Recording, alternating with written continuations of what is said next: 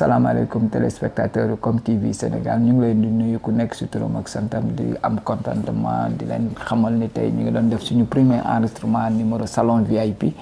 VIP nag soo ko déggee exemple dafa nekk émission boo xam ni pour nit ñi si mooy célébrité yi si wàllu culture si wàllu sport si wàllu économie tey nag ñuy enregistré premier numéro bi si kër Sogui Dia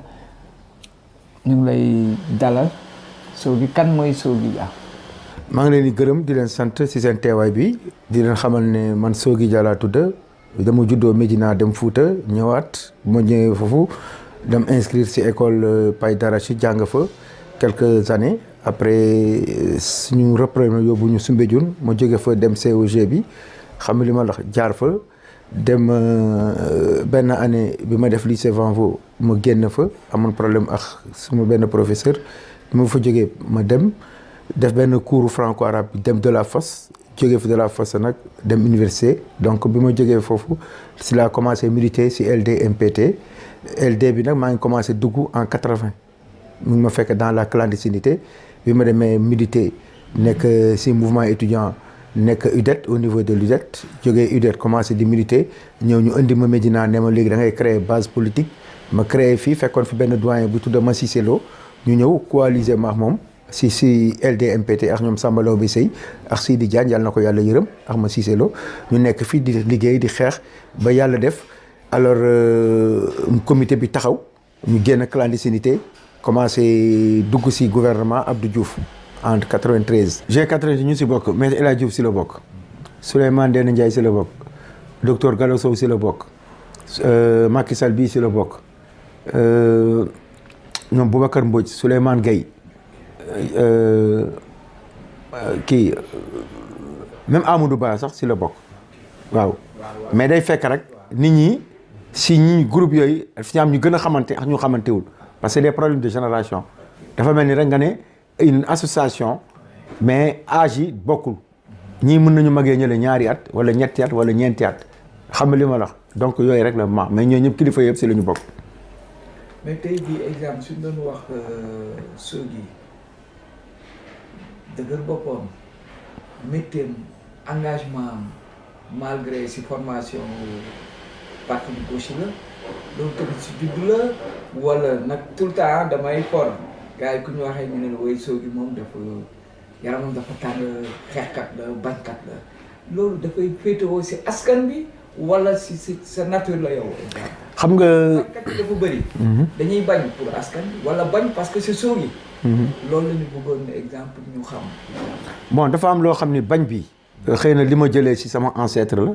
parce que dama bokk si benn famille si sama benn côté tànk boo xam ni c'est des pël c'est des jaapël beneen côté bi si la si de bundu la sama benn maam bi ñuy nax Aliou Pendo si Sogui boobu c'était moom moo signé woon le traité de Pété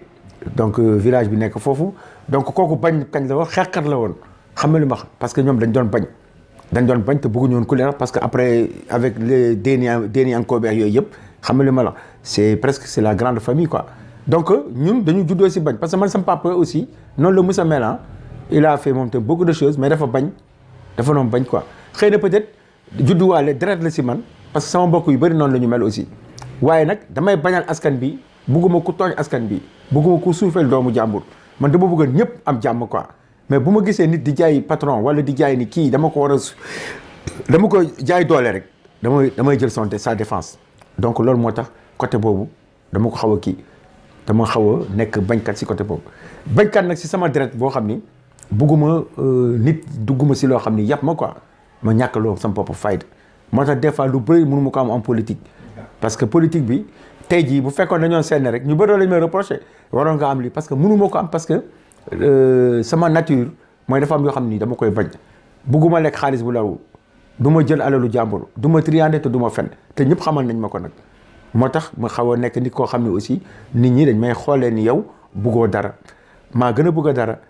mais nag naa ko am si loo xam ni par respect. heureusement foofu laa bëggoon la laaj loo am si politique heureusement nga anticiper ko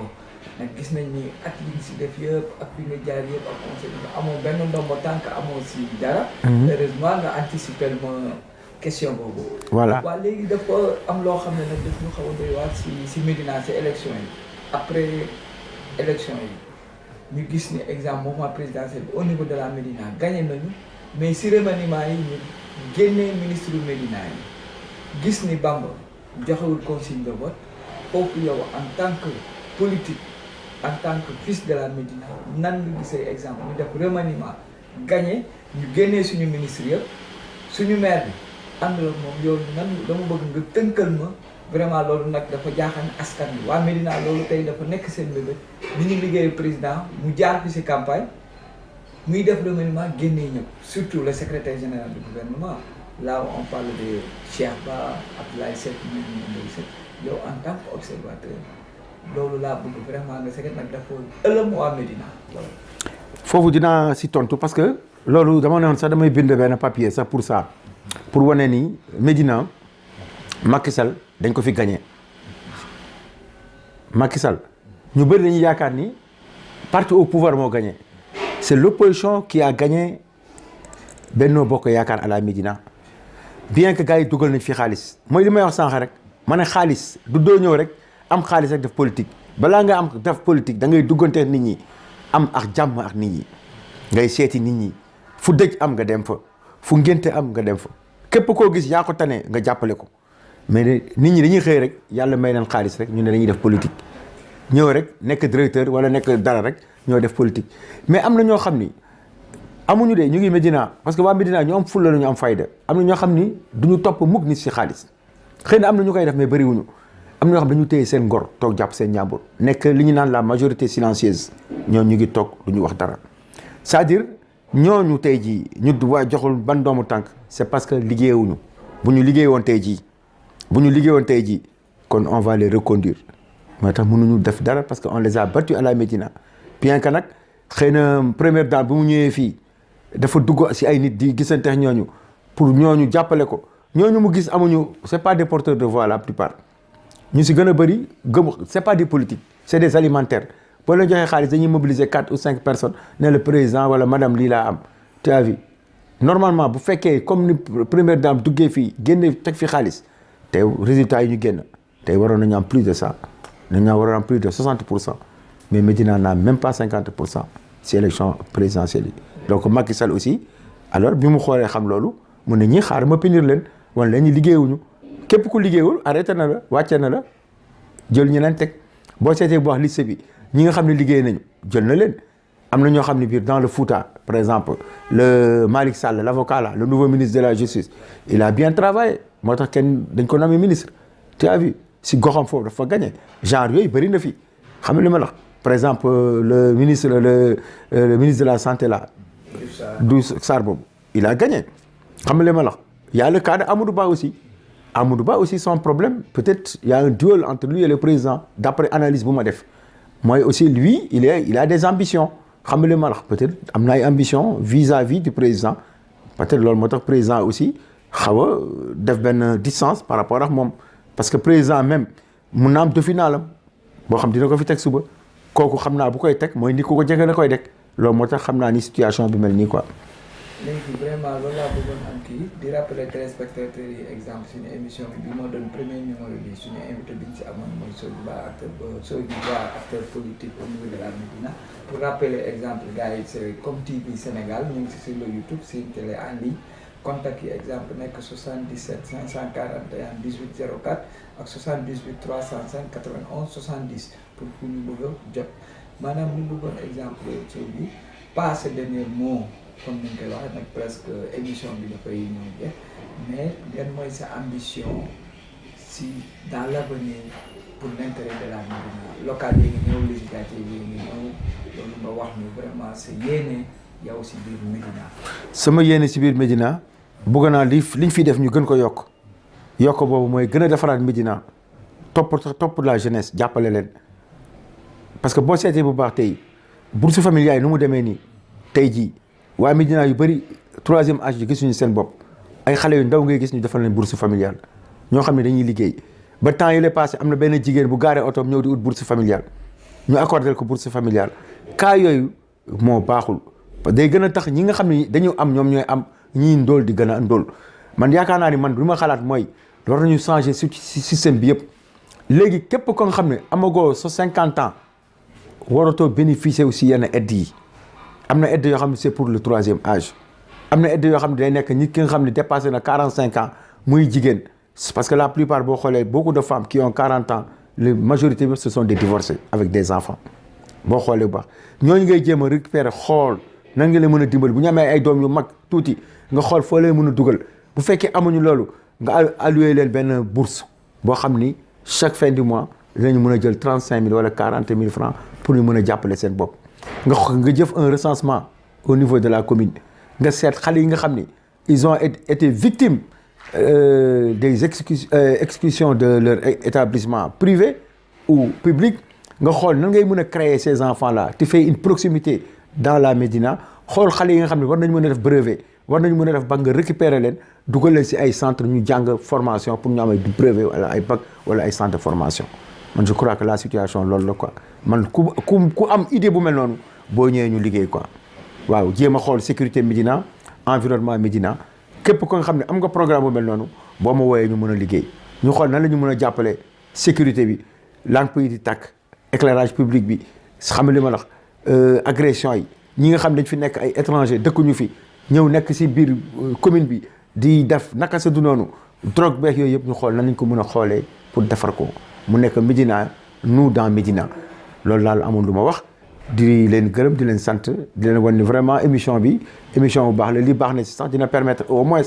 alors nit ñi gën a am xalaat am yéene ku dégg émission bi tam di nga mun a participer wala joxe sa point de vue si affaire yooyu loolu la amoon li may wax ma leen di gërëm di leen sant. di la joxaat kàddu gi yenn remerciement si sa environnement aussi say am di jàmm. waaw sama remerciement sama am di jàmm man bu ma paree suma activité yi en général je viens à la rue 15 angle 6 am na benn doyen bu baax boo xam ne Ablaye Cissé la tudd suma mag la nit ku baax la nit ku am xam-xam ku fekkee démb la doon professeur à la retraite moom lay faral di waxtaanal si affaire situation dëkk bi ñun nag du ñu dem même millions yi bi ñu ko doon joxee fii sax ñun amuñu si dara toppatoo ñu affaire xaalis topp ñoom dañu toog di xool na la ñuy situation ñooñu lay gërëm ak yow mii Sow nga xam ni tu fais partie ak ñoom Abdou Guèye ñoom Pape Guèye ñoom comment il s'appelle le feu Alou Ndiaye qui est décédé qui était parmi nous ak sunu jigéen ñi nekk fii si koñ bi fii ñoom day Mariam Guèye ak sunu sœur yeex sunu ñoom ñëpp ñu ngi leen di gërëm di leen sant ñoom tamit man li ma leen di wax mooy maa ngi leen di gërëm ñoom tamit seen taxawaay fii si Médina parce que man Médina dafa yaatu mais man fu nekk laay dem